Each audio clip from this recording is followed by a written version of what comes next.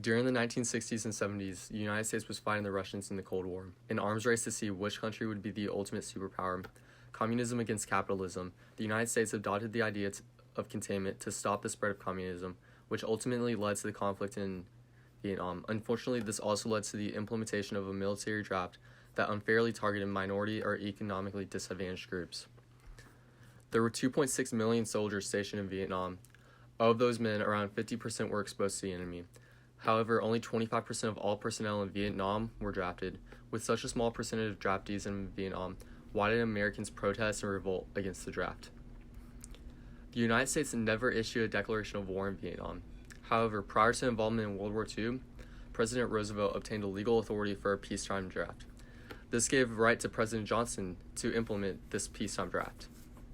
The draft, however, had evolved throughout the years. The peacetime draft had made exceptions since its original implementation. These exceptions created disputes throughout the country as they led to a prejudice and exempted certain groups of individuals. Those who ranked top of their class, held essential jobs in the workforce, were married, had dependents, or parental deferment were not subject to the draft.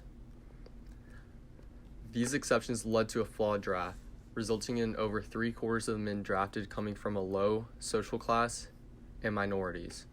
Most of the men had only received a high school education, and eventually people recognized the disparity and began to protest and riot. As the war waged on, more young men were drafted and more soldiers were killed in action, leading to an unwinnable war and social unrest at home as more and more Americans protested and began an anti-war movement.